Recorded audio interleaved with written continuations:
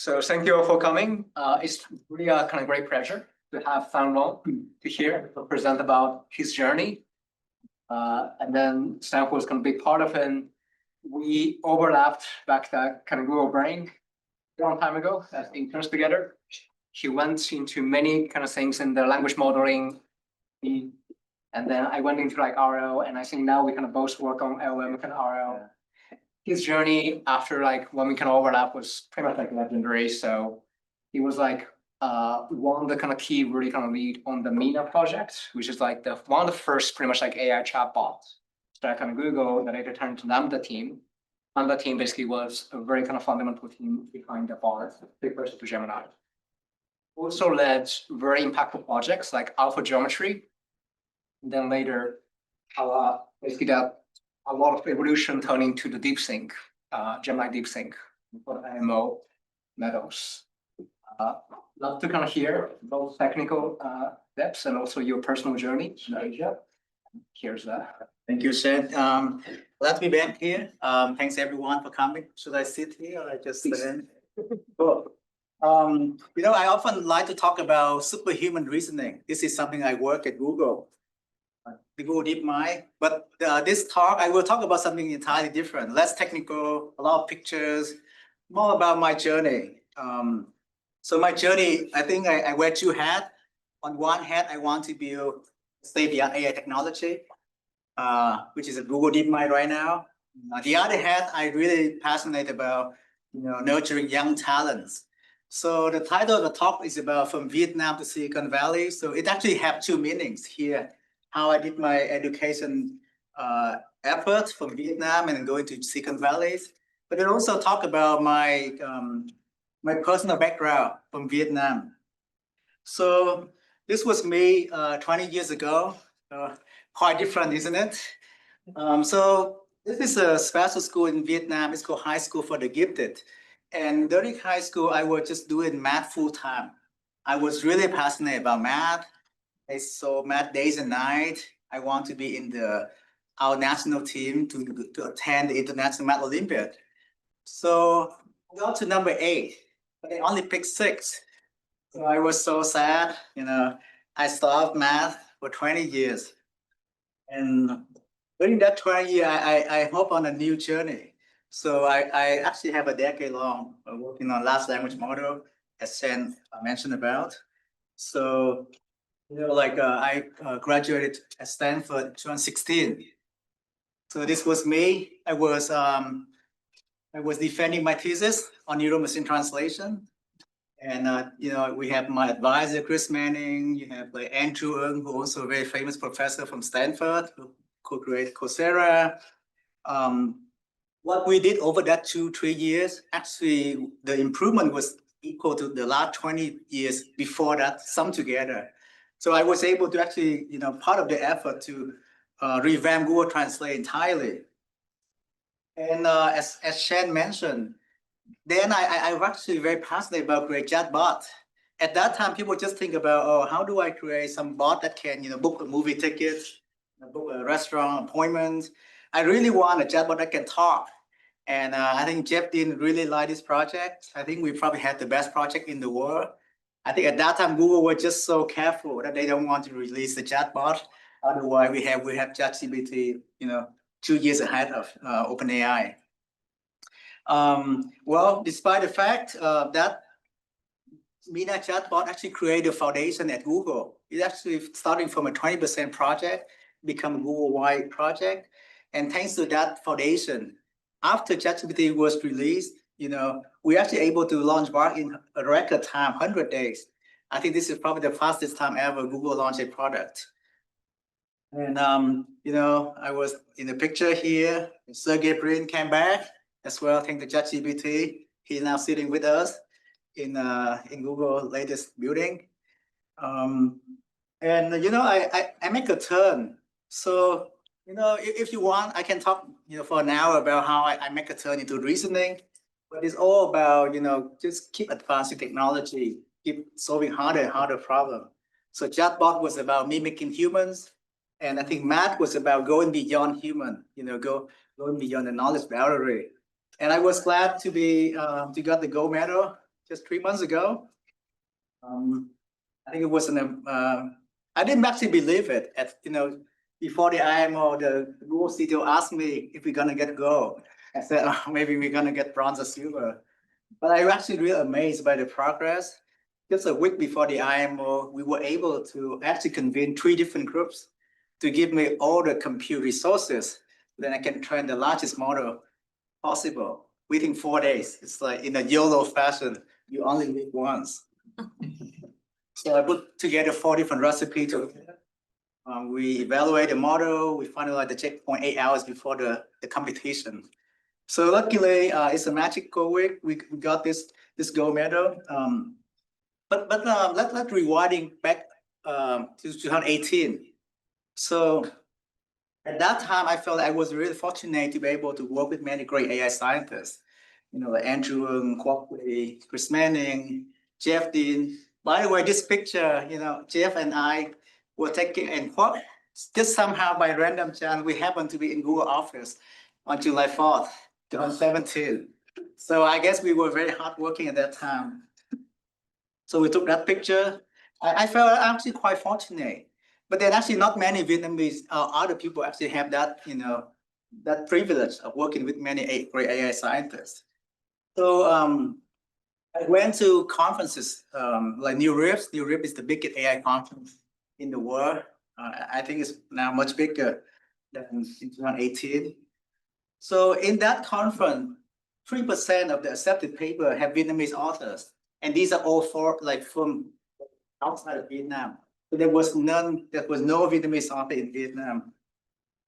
So that's really led me to think about creating VietAI was the first movement in Vietnam for AI education. So I really want to build a community of world-class AI talent in Vietnam. And it also quickly transformed into later on new Turing Institute, and we want to go beyond Vietnam. Also quite inspired by Stanford here, where we actually, apart from education, we want entrepreneurship as well. So that's new to Turing Institute. I have 4 points I want to make in this talk. I think number 1, I think I really want to bring world-class education from Silicon Valley to Vietnam. So Stanford AI course is probably best in the world. Don't you agree? Who disagree? I have the privilege to take courses from Andrew and Fei Fei, Chris Manning. These are all great. The question is, how do we bring that back to Vietnam? So back then in Vietnam, there are people teaching machine learning courses, but these are super outdated. And if you want to make change to the curriculum, it's not possible because you have to go through layers of approvals. Vietnam is also not like a lot of constraint, right? So it would take years. It was not possible. So at the time, I really bring the latest technology from Silicon Valley. So TensorFlow is something that we just created at Google brand back then. Very hot.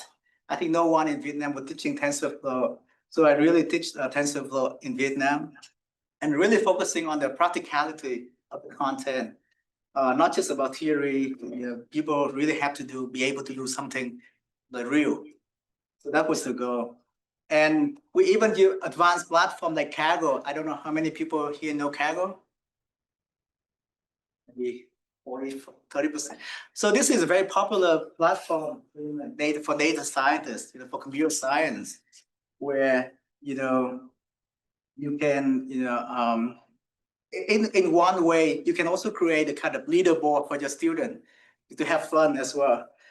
So we use that back then, very early. And we bring world-class AI experts to Vietnam. So, we brought some CEO from Silicon Valley. We use some early technology using robot. So we can teach remote class.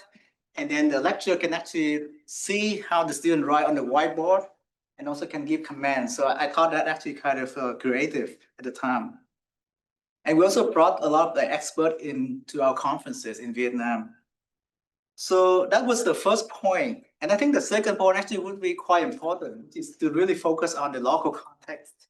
In this case, Vietnam, Vietnam is really famous for traffic, really bad traffic. It's crazy. Who have been to Vietnam? Okay, a number. Okay, yeah. So it could be a nightmare. At the roundabout, people just go in all kind of directions. There's no concept of a stop sign. So people familiar with that. So we really want, how about we teach them, how to count motorbike, how to detect a segment motorbike, etc. A car. That was the first assignment. And neural machine translation is something dear to my heart, which is what I work at Stanford at the time. So I really brought it into Vietnamese context. So students really got to see, actually I can translate this English word sentence into this Vietnamese sentence. Kind of cool. They even see the correspondence between words. And this is like attention. I don't know if you people heard about attention. This is like the foundation of AI, attention, transformer. We'll start from the translation benchmark. Yeah. So you can see the alignment, like this is about meaning girls in Vietnam. This is about like lucky in Vietnam. You see the correspondence. So students actually really engage with the visualization with these real world tasks. They even got to enjoy how to make poem from image as well. So we have these fun assignment in the local context. So students really engage about that. And I really think that actually creates some national movement at the time. So like back then, this is a picture taken in 2019. So there's a guy in the middle. We actually bid farewell to him. His name is Hung Bu. He's from DeepMind. He's about to go back to Vietnam, VietAI. So I would say, I don't want to take full credit, but I think in some way, VietAI actually inspired a lot of there's a lot of AI education programs. Many of them actually started after we created this kind of movement. And even VietAI also become, one of the leading AI research lab in Vietnam as well. I would say our students love our course. They wrote nice works for us, like wonderful time, house in my. They even draw a picture of the lecture for the very first course. So every lecture have their own characteristics. So, they really, one of the students really try to reflect on the lecturers. So that's Vietnam. And of course, I think, we bring Silicon Valley back to Vietnam. I think now we want to make the movement from Vietnam back to Silicon Valley. We make some of the initial step. Some of our students, actually these two students have zero knowledge about AI. So they took our first course and then they succeeded among the top 3. And then they actually making good pathway into Silicon Valley. So they were Jung when he first got the best poster at the Southeast Asian Machine Learning School. And he actually just completed his PhD at the University of Maryland. Also, Huang Wing going to France to be a research engineer. She originally from pharmacy school, and then she ventured into AI for drug discovery later. And we also created some of the very first Google developer expert in machine learning, entirely from our organizations. We, and then we start to, I actually really delighting to see some of the achievement by some of our students from VietAI. So Trio Tring here, he actually now work at Google DeepMind. We have a paper together, the Nature paper together, very hard to get the Nature paper, I would say. So we were the first to really build that kind of alpha geometry program that can solve geometry problem at the Olympic level. U5 here is also pretty much the funding of XAI. Exactly right, yes. Shixiang. Yeah, probably a very famous Vietnamese scientist as well. We're visiting one for right here. And behind the scene, you see Google latest building, the gradient canopy. So that's one example. And then there's another example, which is Long Fang. He's created this very famous exam called Humanity Last Exam. A lot of frontier lab, like Google, OpenAI, they all tested on this benchmark. And we actually have a good time together. We actually work on translation project. So that's how it came about. So it's really touched my heart to see these examples of people from Vietnam and going to Silicon Valley. So we were able to also bring, continue the story of like bringing talent to Vietnam. Like last year, we brought Jeff in. So when he came, he actually really liked the conference. And he actually made the comment that, maybe we should go do something more beyond Vietnam, something more global. So I took that advice, and I think the last point I want to share with the global program. So just this year, G-Star, so it's the global talent programs.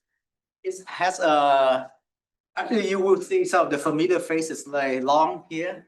So I think it's actually kind of a virtuous cycle. So we nurture those talents. They actually came back to our program, and they actually strengthen our program.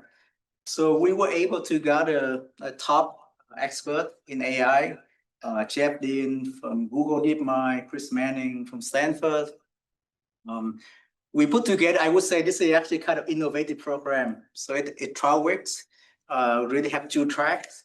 One is they have to do technical work. They have to learn the latest technology in AI.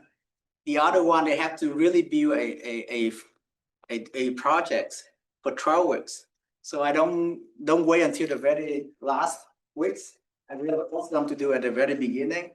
So make them struggle a little bit, but then they can become great. They can become, global star. I didn't have a lot of time though. I was really busy with the IMO effort. So I had the best vacation after my IMO. The first time I don't have to think about anything because we got the best result. The model 10 days afterwards, so the leadership was very happy. So I have about 2 weeks of vacation, during which I actually launched this program. And within 10 days, we have about 270 applicants from 15 different countries. And we accept about 50 of them, about 18%. And about, more than about close to 50% from Vietnam, but there are also like 25% foreigner from other countries, and also about like 25%, Vietnamese from overseas. And they come from a variety of different universities, different companies. So, and then actually it's ongoing right now. So it's actually as week 9. And this time we really connect this program with our summit. So if you're interested, I would say, come to Vietnam. We have this upcoming conference called AI and Humanity. So we don't just want to do AI, for the sake of AI. We really want to empower humans. We want to have AI to have humanity, but also AI and human can collaborate together. So that's our hope. And so closing this story, I would say I really see a lot of instances of from Vietnam to Silicon Valley. I myself, as a Vietnamese, go to Silicon Valley, and then I hope I brought like some Vietnamese to Silicon Valley. So I would say this probably the best achievement that I got, apart from those technology development. And I would say in summary, I think there are 2 key secrets here, I would say. I think number 1 is to create some kind of national movement. And I think number 2 is to create the global program. With that, thank you. Thank you so much, Thang. So I'm quite moved because a lot of things you call, so from technical side, right? We had like a lot of overlap at Google Brain. Like when I first interned at Google Brain, I remember like every evening that some full-timer who can stay behind, like once clock based. When I talked to him, basically during the day, he had to have all the meetings, mentoring all the people. Only the evening is when he can read the papers and do the work. And the other person, Jeff Dean, I think one moment I really remember about him is one day before the TensorFlow launch, it was like a weekend. Yeah. I went there, and then of course Jeff was there. So I think that was cool. And then your journey on the technical side, right? Really, attention was really kind of inspired from, one is, if you kind of attention is kind of mechanism. The other is really like have a very clean sort of like optimizing. And at the time, I think we were doing translation. So he's kind of PhD from there. And then when he kind of worked on the Mina and chatbot and all the way to pretty much Gemini DeepSync, IMO, kind of like really scaling the RL with verifiable rewards. He really had his technical journey has really been extremely like having up the main story of the deep learning and NLP. But also like more than all of these, right? I myself, like I didn't accomplish as much as you, I think, in terms of the contribution back to the country. I was, for example, like a visiting associate professor at U of Tokyo. I mentored a bunch of students, a bit struggling at the time as well. But for example, some of the students, when they write like a paper that was recognized at the conference or during the full time at DeepMind and Tokyo office, one of the recent that was kind of really made me happy was one of the students I mentored. He basically was the tech behind one of the most popular demo at the Japan Expo. That's cool. So, and he open sourced that. So yeah, I think like really kind of bringing this kind of thing back to Asia, really like I think resonated, and then love to have, I think, kind of more people like here kind of try that. So maybe kind of start with like some kind of question. One kind of question maybe I can ask you before taking from audience and then from online. One is like, what do you think are sort of special privilege and also maybe the weakness that we have for people who only say like work here in US, kind of raised here or like worked here, and then also the people say from like maybe they're gonna focus on like Asia. What are the weaknesses and the Like privilege, basically strengths and the weakness people here. One thing I kind of mentioned is I feel like here, because there's so many opportunities just in Silicon Valley and in the West, right? You don't look, as you kind of mentioned in this presentation, you don't really look beyond Silicon Valley or the kind of US too much. Yeah. But with so much talent, so many like active talent, we look at how much contribution you can make. Like kind of help work with from the best talents in the world, find sort of like a problem that only exists in some part of the world. So kind of curious to hear a bit from you. Yeah, so maybe first of all, thank you for the very nice and long introduction again. I would say I noticed that like students in Asia are actually really good at math. So just like me. They're really good in math. I think they're smart, they're hardworking. But I think what I noticed back then in 2018, they actually really lack the platform to really flourish their talents. Yeah. So they don't have a common forum to discuss ideas with each other. This is why I created this VietAI program early on, so that they have a playground.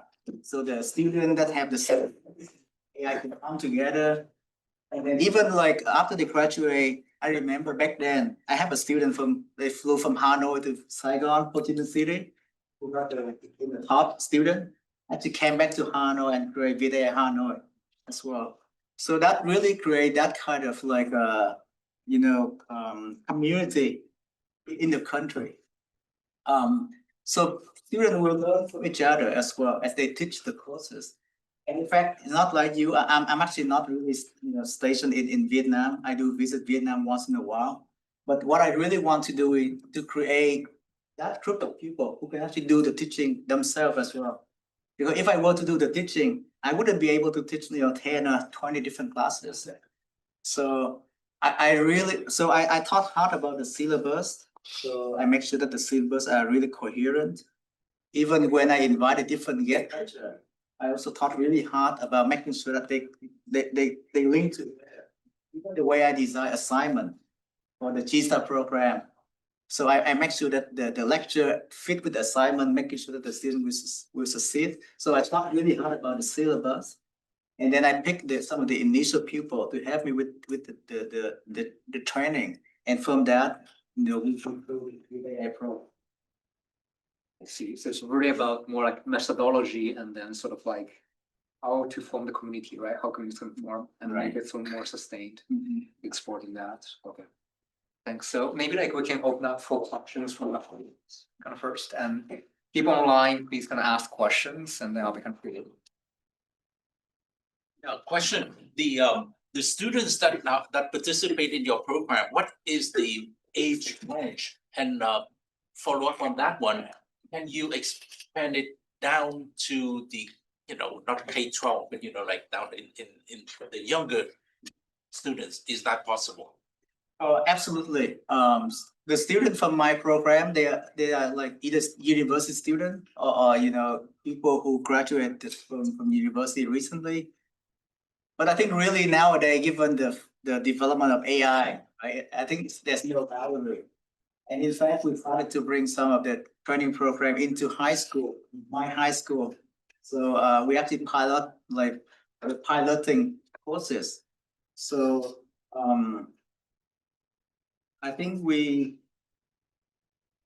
nowadays, I think the gap actually much shorter. So back then, when I was doing PhD, I have to write, let's say, 100 lines of MATLAB code, just to accomplish one thing. Yeah. Nowadays, you just need like 2 lines of code. Even you just say out loud, right? And then ChatGPT or Gemini will just do the coding for you.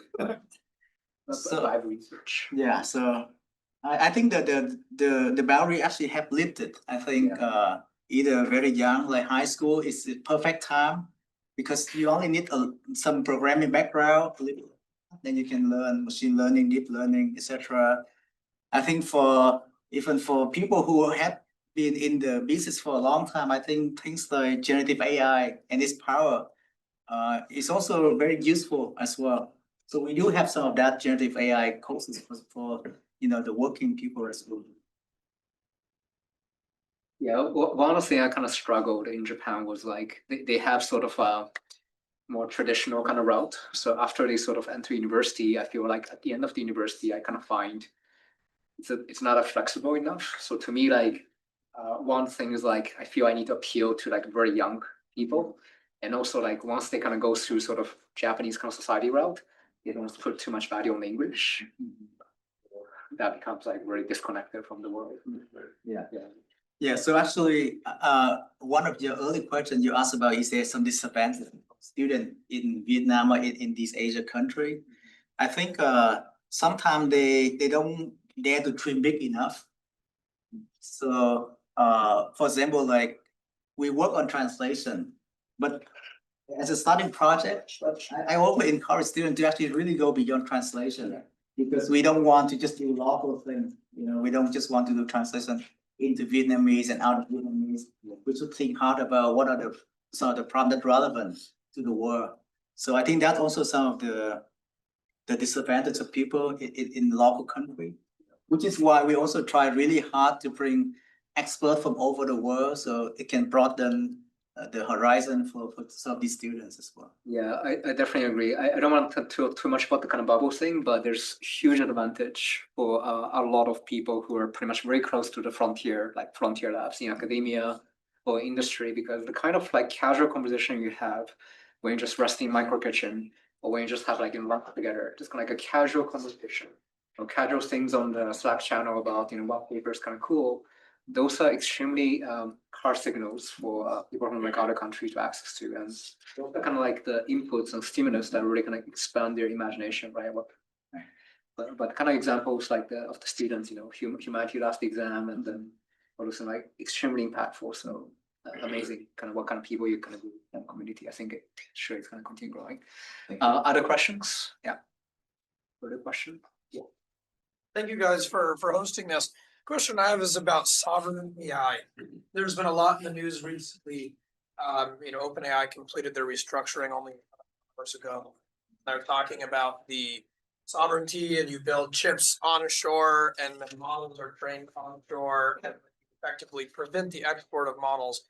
How do you think that impacts countries in Southeastern Asia, where the US can barely keep up with the power of innovation and the costs, and this is the largest economy in the world, and there are many smaller countries that need to stay at the forefront of the spear, but if the US can't even afford to keep up with it, and you have Oracle struggling and OpenAI struggling and Microsoft, how are these countries going to maintain their edge?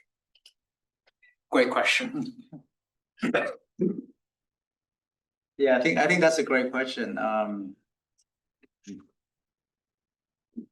I think one of the competitive advantage of this country, they actually have a lot of STEM students. I would say students who love math. So which is why I work on education in the first place, because I think I really dreamed that back then maybe we can by 2030 we create 100,000 AI engineers for Vietnam, and I think that really will significantly lift up the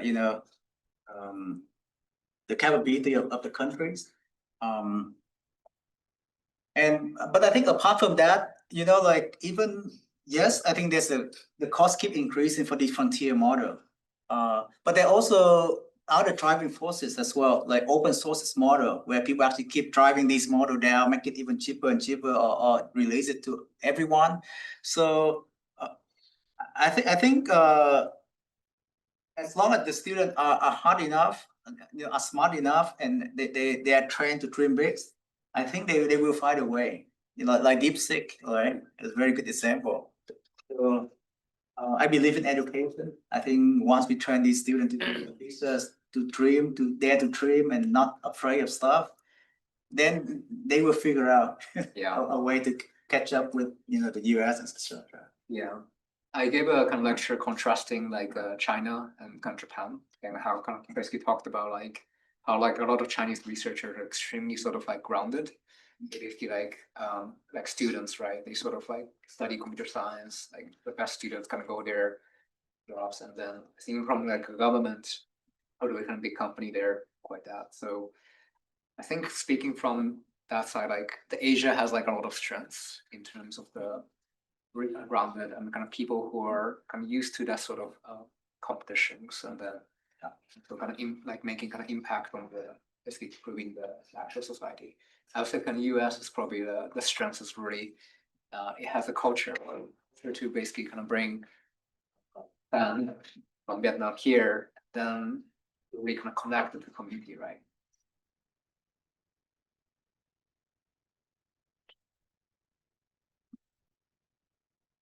Okay. Other kind of questions?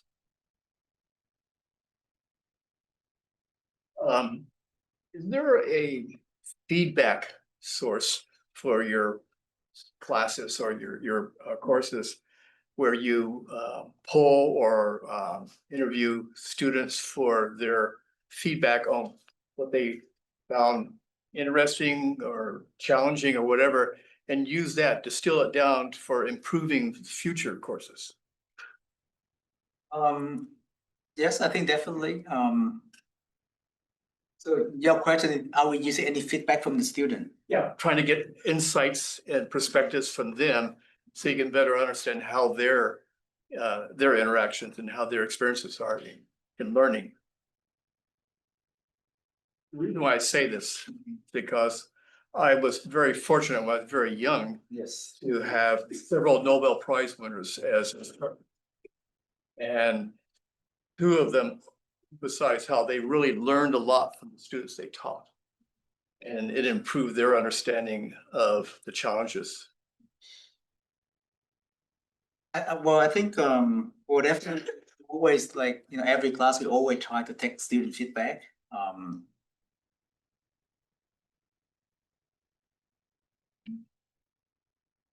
So let me try to think. Well, it just seems obvious to me that well, we take student feedback. But I also think that we sort of also take feedback from even like the kind of engagement to our Facebook. So I realized that for some of the early year, 18, etc., classes like machine learning deep learning are actually very popular, and then actually get less popular in recent years.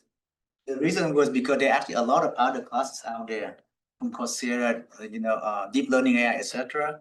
So I do take those signal, which is why I really create this G-Star program, where I really teach the latest technology. And what I really actually really excite pupil, even those people who teach the course as well, because they really learning new stuff. For example, like we try to implement flat attention using like Python. Yeah, you told me that. So I think these are even like the OpenAI open source model doesn't have some of the feature there. Yeah. So some of our students actually really, as they do the assignment, they actually help contribute to the open source movement. So what I realized was we should keep innovating our content, because it's actually obsolete very quickly in this world. And And I observed that, when you actually teaching the state-of-the-art content, people are really excited. So some of our advanced class actually attract more people to sign up for our program. So the easier course, I think nowadays people have a lot more resources, can learn themselves. That's actually kind of a really good point. I feel until maybe like 3 or 4 years ago, it's probably like academia was like more power. People are like more shared, but especially like these years, right? Especially in kind of frontier labs, like all that, like a lot of, what's the sort of like the latest thing, right? So often, let's talk about, and then there's like a lot of generic course. So we're really focusing on like what you see as a critical technique and the kind of patterns from top researchers. Actually kind of best way to make it. That's a great point about how the basically lecture material has to constantly evolve. That's And right. it has to be made by the frontier people, right? The people at the top to have this kind of impact. I think I totally agree with this point. Let me take kind of one question from the online. One is as kind of like builders, we're constantly weighing the pros and cons of building open source versus closed source models. Basically, are you seeing like a bit of startups like enterprise taking like a clear side, which is better? Also, from your vantage point at the DeepMind, what is the single biggest misconception founders have about this choice? Right. Okay. Wouldn't say it's a single biggest misconception. One is basically like the Vietnamese startups enterprise gonna see the closed source versus open source. They pick a side, like clear side. The others were really like, given your background, what do you see as a misconception? Well, I think in 2023, when we have a conference, we actually have Sam Altman actually giving a remote talk. And our friend Hung Bui from VietAI, he actually announced like Pho GPT. So Pho is a very famous dish from Vietnam. So he used that name Pho to name his GPT model.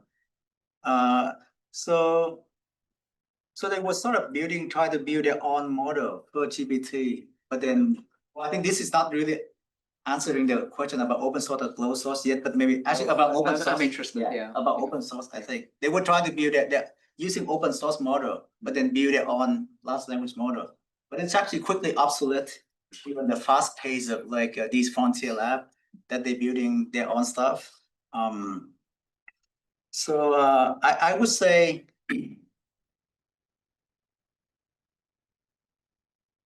depending on your needs. I think if you are a startup, maybe if you don't have a lot of resources, then I think if you try to build your own open source model, you can be quickly obsolete. Unless you're really serious, you really have that kind of like DeepSeek team who can innovate on top of open source model. Yeah. So I think you have to really pick your path here.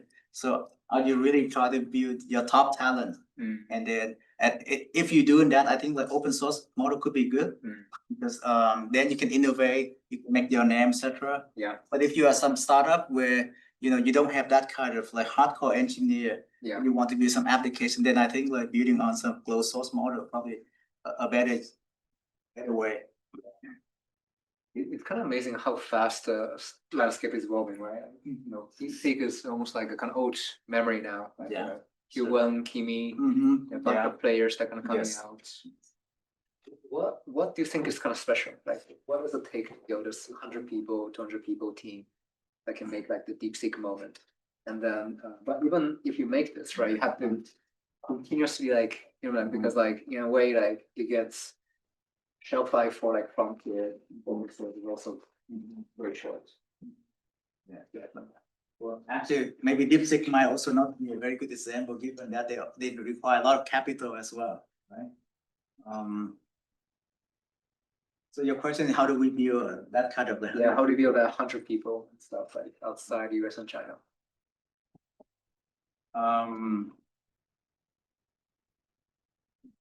Well, you think Vietnam can build the next sort of refugees, like just start program?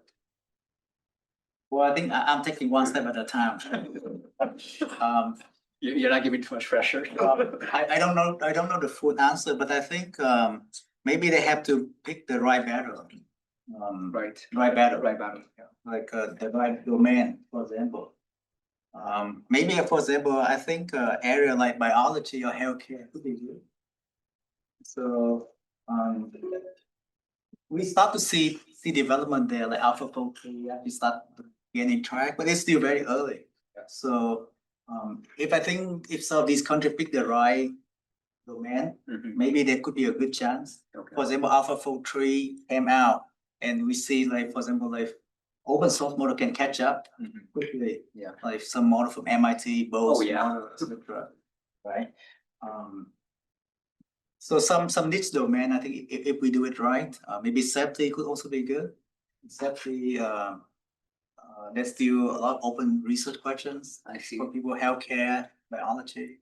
I see. So kind of instead of like choosing sort of generalist kind of battle, if you really focus on like vertical or some like area, then you can have the best model, but you can also sustainably build that model regardless of the competition from outside.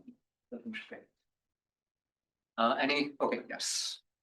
I was wondering if you could compare the teaching styles of AI in the US versus in Vietnam and China, and what are sort of the pluses and minuses, particularly in a PhD program.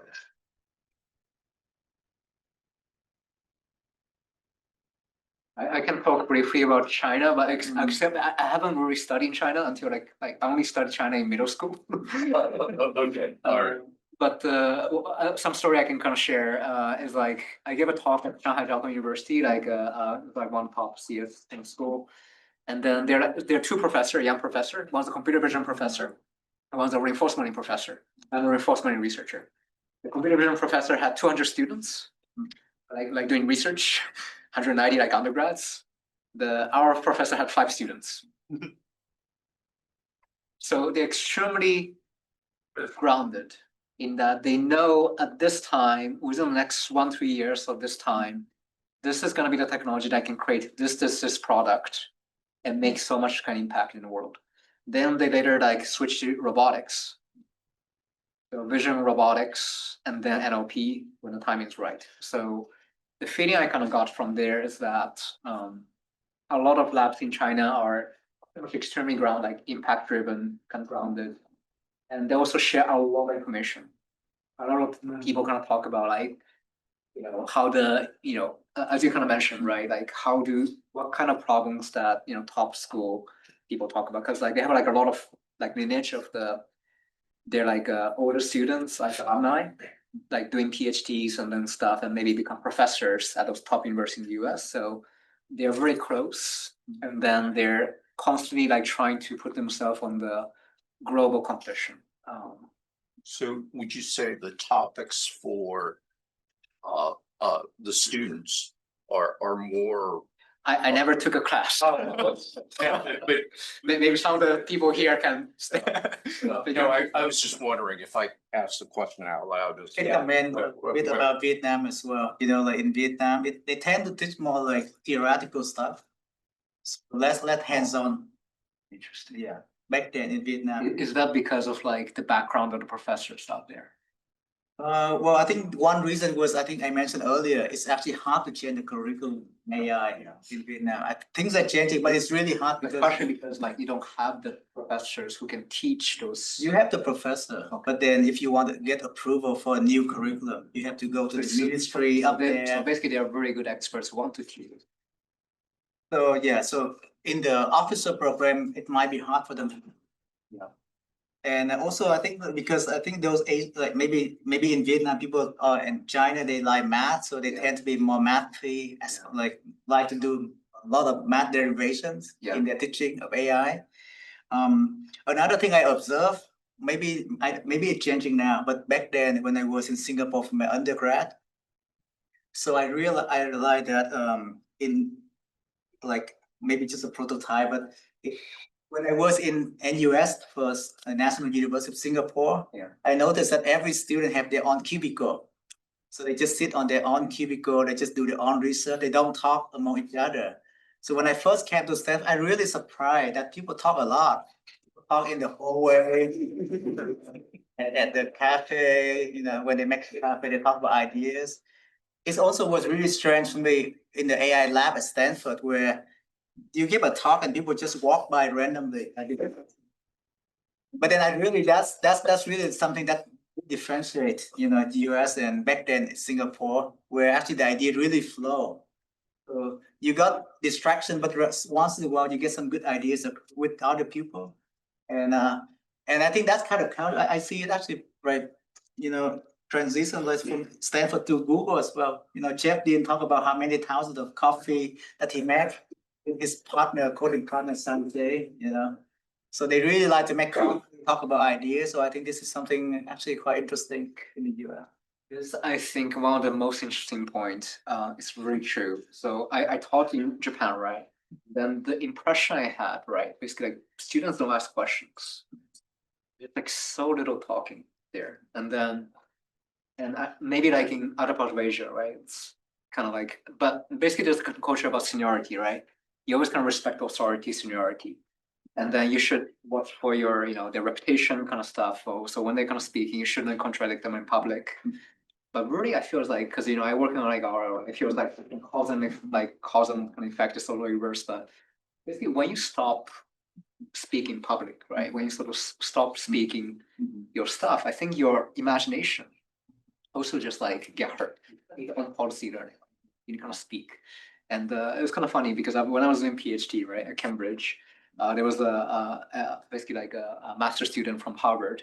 He was there, like he was the most talkative person. So it was like I'm talking, but yeah, I think he later did a PhD. You see, but this talking, yeah, it's that's actually very different. Yeah, between the Asia here. Right, and I also like the kind of open door, kind of like practice. Like back then I was at Stanford in my PhD, I got advice that you should open the door of your office so you can get random noise. So you got to check a lot. Once in a while you got some good ideas, some cool guy, and then you get to collaborate with that person. I think that's how innovation happens. And talk.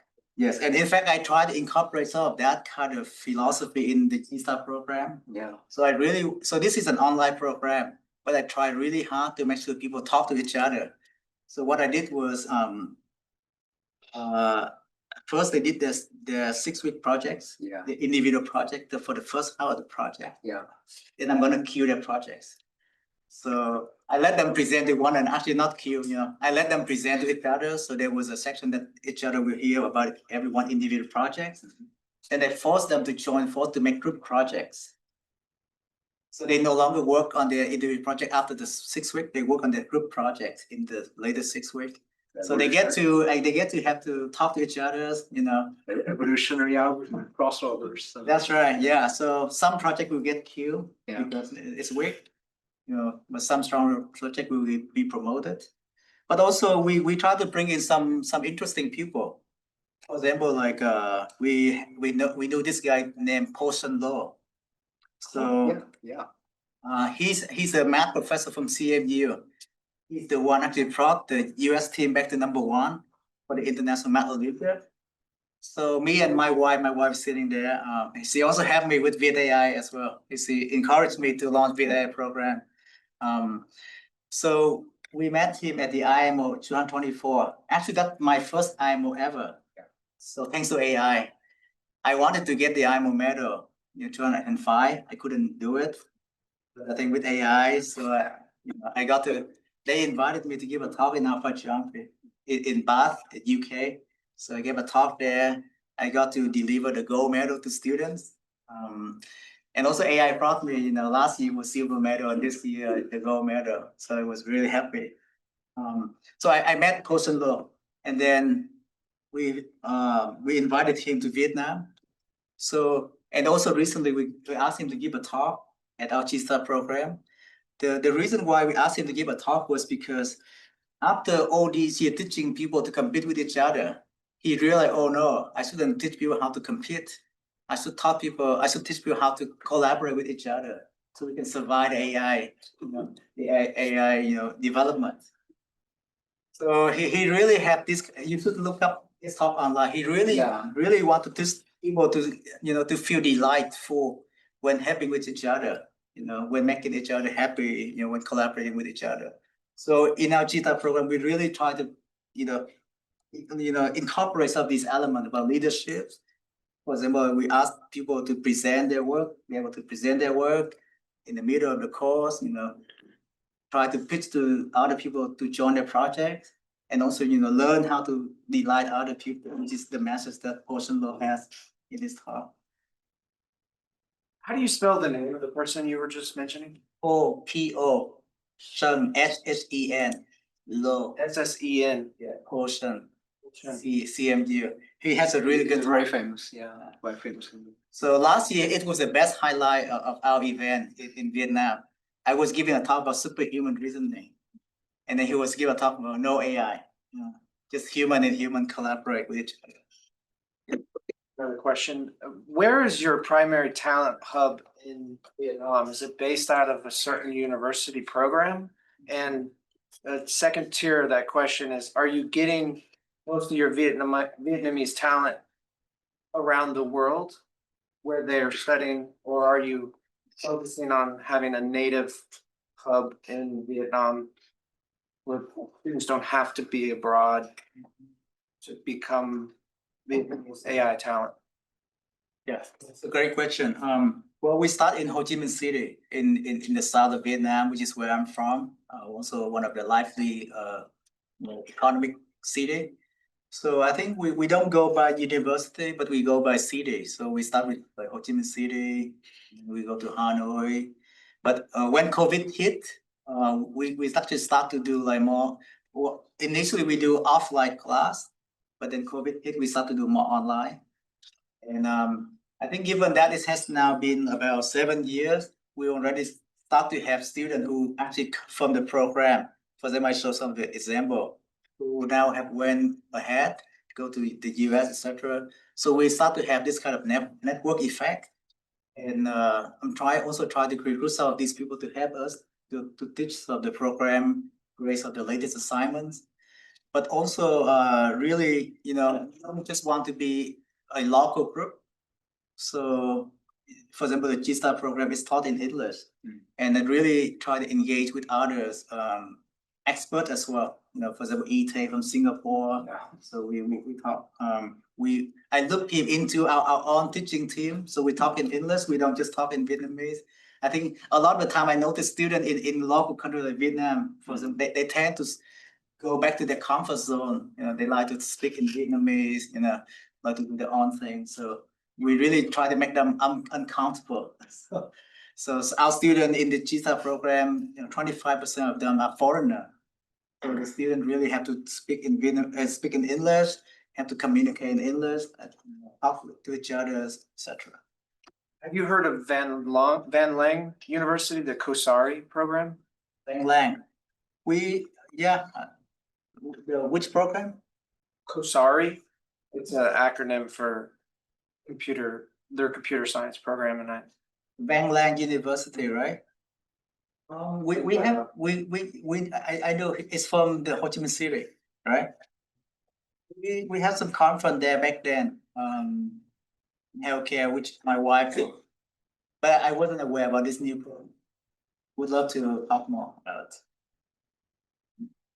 One more question from the online. How do you think about the ROI impact of your G-Star program? For example, how do you track if they recruit any AI jobs, if they launch any? Like, what are the metrics to look at? I think this is a good question. Well, this is our first batch, so I think we're gonna try. So we will track in terms of, yes, I think where they will go after the G-Star program, where they're gonna go for PhD study. Some student wanting to get my recommendation letters to apply for PhD study. We want to see, maybe some of them, when they do their final project, then they get some good idea to create startups. Some might did some great research project, we can actually sponsor them after the program. So Yeah. maybe that can become a paper, blog post. So we will try to track, but I think like these are different metrics that we're thinking of, I think, you know, jobs, startup, or papers, etc. We should give a talk at Y Combinator as well. Yeah. There's an earlier one from Zoom. It said, you briefly spoke about the 100-day sprint to launch BARD. Given that speed was a priority, what was the single biggest product, research, process, sacrifice you had to make to meet that deadline? And what were your key takeaways from that sprint? Well, actually, yeah, so for that sprint, what we have to do was every researcher will create data. Doesn't matter you are a researcher or an engineer, we all work on data. Do whatever it takes at the time to create data to train BARD. So, you know, you really have to, you know, roll up your sleeve and then do the hard work, the dirty work of creating the data. But I think like 100 day actually now becomes long, like a long time nowadays. You know, for the IMO we ship within 10 days. So what was the second part of the question? The sacrifice did you have to make? And what were your key takeaways? Yeah, I think the key takeaway is it's better to ship early so you get feedback. They actually, at that time, there could also be a risk that maybe we're not able to launch within 100 days. If we couldn't do that, I think maybe Gemini might have come back at #1 for this year. I think the takeaway is, you know, ship early, get feedback and learn from it and keep improving it. How do you convince the top engineers and researchers to do the grunt work? You think, what do you think is what's the best way to motivate? Because that's what it takes, right? To make, like, you know, write a research paper or that you can kind of focus on the clean part. Even some of the best paper, I think, will, you know, require grunt work. But if you remake the frontier model product, right, it comes with like a lot of that. How do you motivate it? Yeah, I mean, like we just set an example, I would say, you know, like for example, in our team, we value data. I think a lot of people might like to build models, like build algorithm, but I think for a long time, the team actually really, you know, really spend the time to work on the data. Even for the IMO, you know, like we ran a pipeline of like 50 plus IMO medalists. So it's like we're competing with like the touring, like other company that collect data. Yeah. So we actually run the data pipeline ourselves. Yeah. And we also value engineering skill a lot. This is why even when I was teaching those courses, I always emphasize that, you know, a lot of people ask like, how do I get a job at Google DeepMind? I would say, you know, you really have to work on your engineering skill. That's probably the most important thing. You really need to be able to reproduce the work. Don't try to overcomplicate things first. You know, don't go for novelty first. Make sure that you can reproduce work. You know, make sure that, you know, it works as intended, so that you can climb to the top. You know, you can you know at the forefront of things. And once you're at the forefront of things, then, you know, any innovation anything that you do further will be an innovation. Yeah. So that has always been my philosophy as well. Hands there. There's a hand up there. You mentioned that you brought like AI experts to Vietnam, and I was wondering how like you coordinate that, reach out to them. And, Say again, please. I brought back what? you said you brought AI experts to Vietnam for this event, so I was wondering how you coordinated that. How do I coordinate that? So, you know, like I try to build a team local in Vietnam. So I think the philosophy here actually, you know, we shouldn't be the one who do all the work, even for teaching as well. Because if we get to teach, then we cannot scale it. Yeah. So you know, actually, even at the very beginning, like back then in 2019, we actually surprised people that, you know, we can organize a large scale conference where there's maybe about 5 people, like operation actually run full time.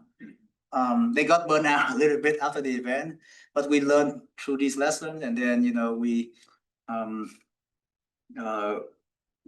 grew the team there, so it grew organically. So we have some support team locally to handle these events. Does that answer your question?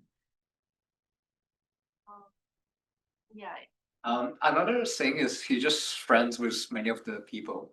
Like he's been a colleague, amazing colleague for like 10 years, working with this kind of top AI researchers. He has a very strong reputation. When he invites people, you know, people just come.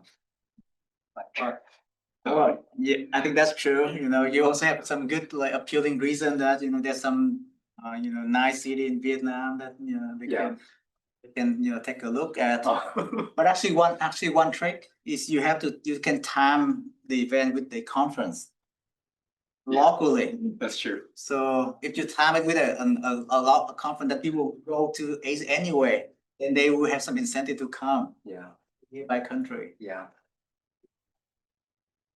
Another question on Zoom. How do you see the AI governance / regulation locally and globally? Is it a concern for industry development? And what are the bottlenecks in governance? I probably won't be able to answer that question. Maybe Shane K. No, I can cannot. know. Well, I think it's a good question to think about, but I would say, maybe I don't have the expertise to comment on it. Yeah, I mean, like, Are you seeing any movement It's in kinda- Vietnam about how the government is approaching AI and supporting AI? I can speak a bit about Japan, maybe. Japan basically has like a dilemma. I think on one side, there's a country that's really need to depend on the AI to be integrated to support basically counter their aging population, kind of shrinking workforce kind of situation. But the other side is that Japan's also a huge country for the IP and creative contents. And I constantly kind of see on the news that these two sort of things are constantly sort of happening. I think the OpenAI Sora 2 was a huge disaster in like how they use the anime and this kind of stuff. Like that angers so many people in Japan. Like they're getting really serious. I think just today on Twitter, I kind of saw like a lot of creators sort of specifically request the government and that to appeal to OpenAI about Sora 2. OpenAI also like countered, I think, by some visited Japan like 2 days after Sora launch, and like they wrote like some blog post about, you know, AI is good for Japan, but I don't think that's easy as that. So I think every country has different side of things, and then what I really kind of hope is that people should at least be very transparent, right? This is that, and then always have this kind of key stakeholders in discussion, because you know we live in a civilized kind of global country, so you cannot just like do things without the local global sort of like you.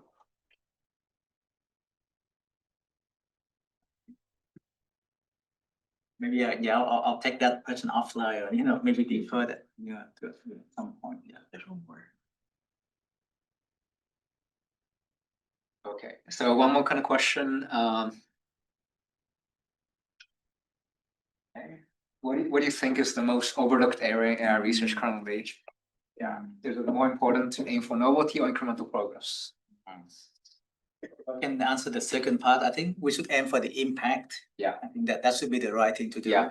I think in our lab, we tend to go for simple method that have a big impact. Yeah. But that also require a lot of thinking. Yeah. Because I think there's so many problems you can work on. So I think you really have to think hard about which problem that we work on that can lead to big impact. I think we have been picking problems like translation, chatbot, you know, like reasoning. So yeah, I think impact probably the thing that we should aim for, and go for simplicity. I would say when your method is simple, you can then scale it well, get good result, and you can innovate. Yeah, I have a similar opinion. I think should evaluate the people on impact, and then sometimes the impact is novelty. When the thing is like really like ingesting like new idea to the field, I think that's always impact. But then a lot of incremental progress is really kind of needed for the breakthrough. It's not the people who like the best blog post or the paper or claim some like fancy like algorithm to himself, right? It's really those kind of people making impact. you know, recently there was like some discussion, like even like I think one of the transformer like authors said, you know, oh, like he's sick of transformer, but like, what do you mean, right? Like, or how, I think you should just evaluate based on like, okay, do you have a actual impact, or are you just like trying to just do some kind of PR? So I much prefer the impact of what we are. And since I kind of spoke a bit about OpenAI a bit negatively back then, but like I think what kind of I liked about the old kind of OpenAI before like ChatGPT was like when I look at some of their paper, right, they were extremely transparent. Like their method section is just like one line, like we literally just like add this one trick, and then rest is like just an experiment. So essentially very honest, and I think this is very important for publication as well. But unfortunately, the academia tend to like negatively penalize this. You should be very honest about your paper. What's the actual things you can contribute? What's the actual thing that made impact, rather than decorating with like a lot of kind of fancy novelty. So I really like this answer. Thank you. And I think for the other part about the overlooked area in AI research, I think that's interesting. I don't know, but maybe like Yellow Kung Chilpa model could be maybe overlooked right now, as people actually really pay attention to large language model, transformer. Maybe that could be a good thing. Back then, I think people didn't like convolutional neural networks. It make a good comeback. So maybe, yeah, we'll see. Another question. What's your take on the JAG intelligence versus unified intelligence debate? Do you see a future where generalist AGI-liked models capture all the value, or specialized models are just low-cost fine-tuned commodities? I guess specialized model is making some kind of coordinate demonstration. Yeah, I think along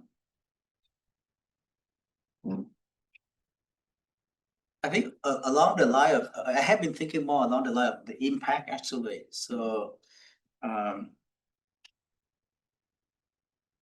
we're a generalist or specialized. My mind have been more about, you know, how do we advance like our knowledge boundary. So I think something that I have been really passionate about is the kind of knowledge discovery. So we work on science, we work on math, we actually to advance our discovery. But I think I really hope that, you know, in the future, the AI can also help us solve some unsolved problems. And, you know, not just like advance outside math, physics, etc., but also advance, let's say, healthcare, drug discovery. You know, AI can also help us, you know, design new drug. I think these are I find actually quite exciting.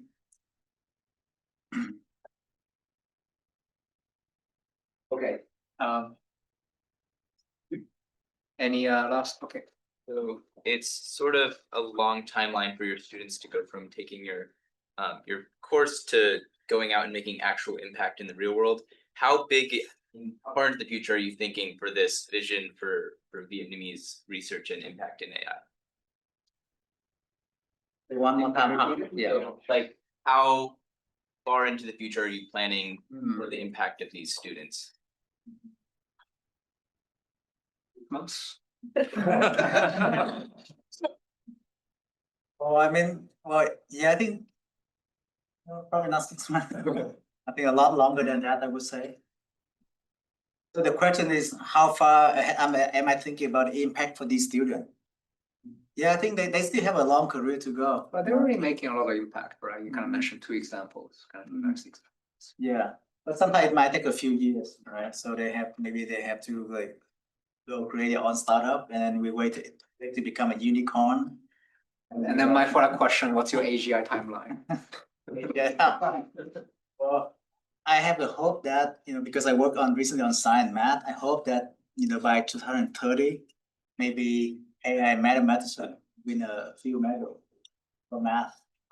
So, you know, maybe 2030 could be some of the good check to see where we are.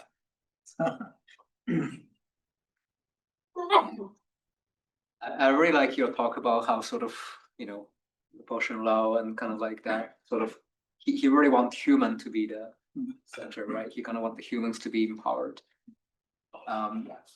You think we need to radically change education?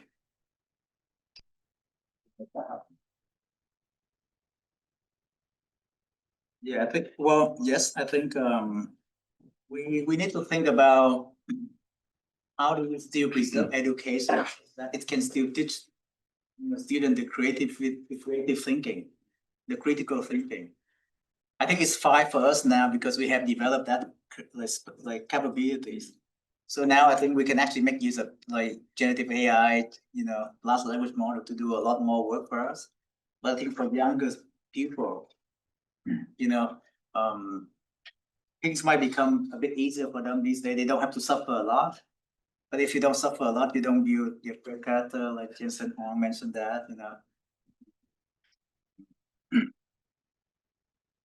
So yes, I think we have to rethink education.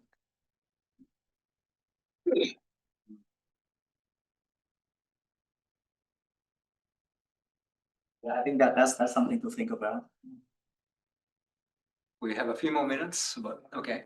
I'm just wondering, like, from seeing your current student, like, do you think what have changed since your time moving from Vietnam to Silicon Valley, and what did your current student do differently than you do back then, given the current technology and like change in times?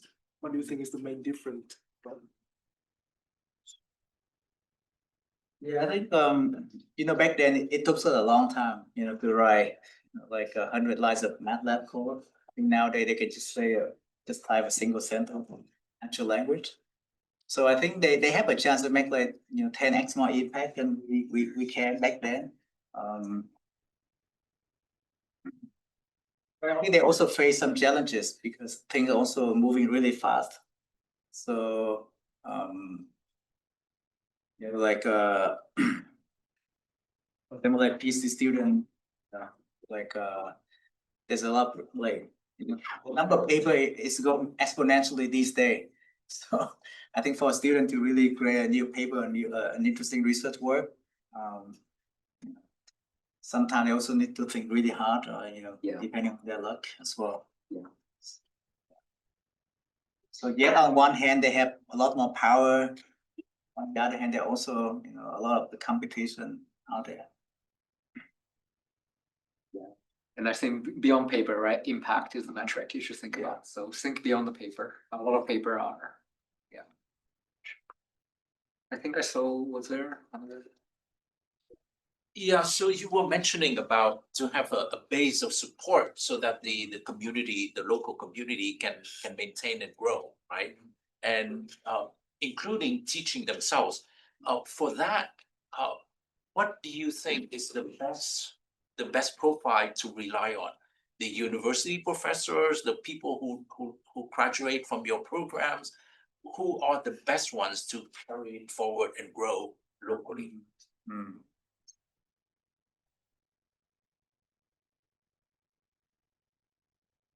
So yeah, I think we do rely quite I would say heavily on our alumni. I think they are the one who have spread the words. They also the one who really appreciate what we have given to them. They're motivated to give back. So I think that's what we have been trying to leverage and rely on. But I also do want to try to diversify things. So maybe I'll look at Shen for our next G-Star program next year. Thank you. Maybe try to leverage maybe different, like more country, like getting expert. So right now it's like some expert from Vietnam, some experts from Singapore, some from US, and maybe you can also try to invite experts from Korea, Japan, Asia Pacific. I think that probably make it more diverse. In fact, I think something I have a headache to solve is for this program. Let's say you have 50 people, right? You have 50 projects. And how do you find enough experts that they can have enough time to mentor these different projects? So I really have to think hard through that. So I guess the best support probably from the alumni, because with the alumni we have a lot more people to support. Maybe the professor will, give some higher level of feedback through the midterm presentation, the final project presentation. I can think of one student who read those spectral again. He also interned at Google Brain before. He's now with Max Wedding. And then another guy, he did a UC Berkeley PhD. And so Lovely. work together with G-Star. Okay, maybe last question, 2 minutes. Just have one question, when you talk about, instead of having to write thousands of lines of code, now they're able to use plain language, do you see this as a potential decline in, foundational competencies for these, engineers as far as, not having to build that proficiency as far as coding goes and relying on the systems? And what do you see as future impact of that? Yes, I think we have to keep maintaining that capability for students. So I think so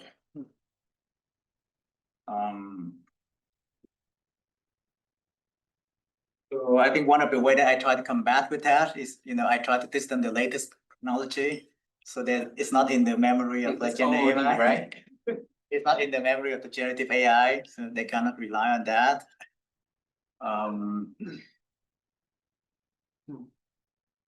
We try very hard to teach them hands-on assignments. So they develop that capabilities. So I think we just have to keep maintaining that kind of mentality. I think even, for example, like let's say if you want to train some PhD student in math, and now AI can actually do math very well. So, you will still have to encourage your student to suffer a little bit. You really have to spend, spend time suffering, really struggling with these problems. And then once they master those skills, then they can actually leverage AI to 10x their creativity or capabilities. Okay, so Sanlong, like huge thanks for coming here in person and interacting with students and taking just kind of many questions. When I interact with you, I think we'll talk about research. This is the first time we actually talked about all this and come together, but I really enjoyed the conversation. Please give our last round of applause.